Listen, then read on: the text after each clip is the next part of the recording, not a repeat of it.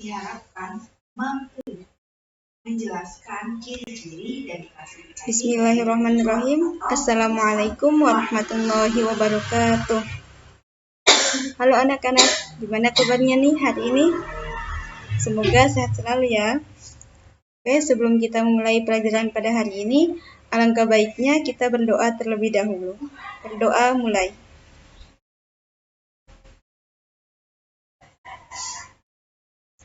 Berdoa selesai. Oke, kira-kira anak-anak udah tahu nggak kita belajar apa hari ini? Ya, jadi hari ini kita belajar tentang sel. Lebih spesifiknya yaitu perbedaan antara sel hewan dan juga sel tumbuhan. Nah, di gambar ini kira-kira menurut anak-anak ini gambar apa ya? Gambar apa? Ya, betul, gambar sel. Nah, di dalam sel ini ada apa? Ada organel.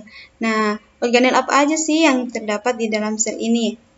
Ada ribosom, mitokondria, terus apa lagi? Ada inti sel. Yang di samping-sampingnya apa? Dinding sel, dan lain sebagainya. Oke. Nah, sini ada pertanyaan. Nih, perkenalkan aku teman. Aku adalah sebuah organel yang bernama vakuola. Dalam gambar di samping terletak di nomor berapakah aku? Ayo, vakuola itu terletak di nomor berapa? Siapa yang tahu? Oke, nomor 9. Nomor 9. Lanjut ya, dari gambar tersebut bagaimanakah ciri-ciriku? Bagaimana?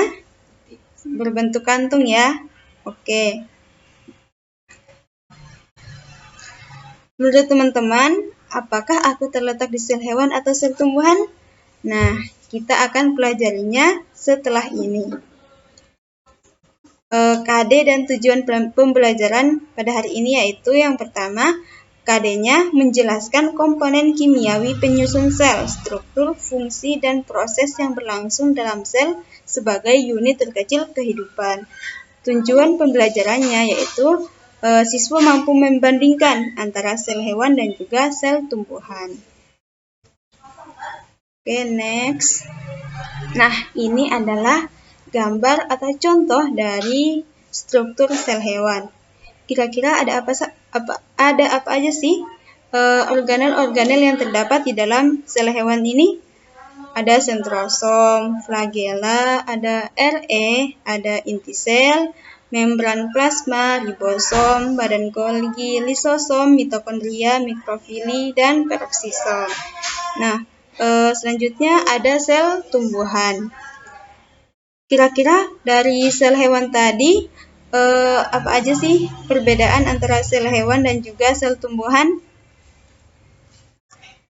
Ya, di dalam sel tumbuhan ini terdapat dinding sel, kemudian apalagi kloroplas, dan juga ada vakuola. Nah, kira-kira pertanyaan tadi terjawab nggak? Vakuola itu terdapat di sel apa? Ya, benar. Vakuola itu terdapat di sel tumbuhan. Nah, dari gambar sel hewan dan juga sel tumbuhan, anak-anak dapat menyimpulkan nggak apa aja perbedaan dari sel hewan dan juga sel tumbuhan? Nah, perbedaannya yang pertama, dalam sel hewan itu terdapat sentrosom dan juga lisosom. Sedangkan pada sel tumbuhan itu terdapat dinding sel, plastida, dan juga vakuola, di mana ketiga bagian ini, dinding sel, plastida, dan vakuola ini tidak terdapat pada sel hewan. Begitu juga sentrosom dan lisosom tidak terdapat pada sel tumbuhan.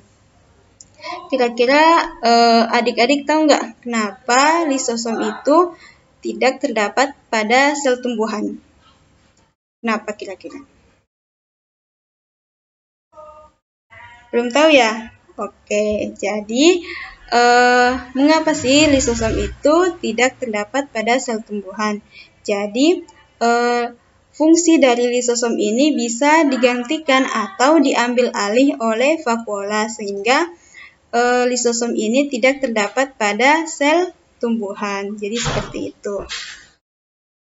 Oke, selanjutnya yaitu Unity of Science dari materi kita kali ini, yaitu terdapat pada surah Al-Furqan ayat 2, di mana Allah Subhanahu wa taala berfirman, yang kepunyaannya lah kerajaan langit dan bumi, dan dia tidak mempunyai anak dan tidak ada sekutu baginya dalam kekuasaannya, dan dia telah menciptakan segala sesuatu, dan dia menetapkan ukurannya dengan serapi-rapinya.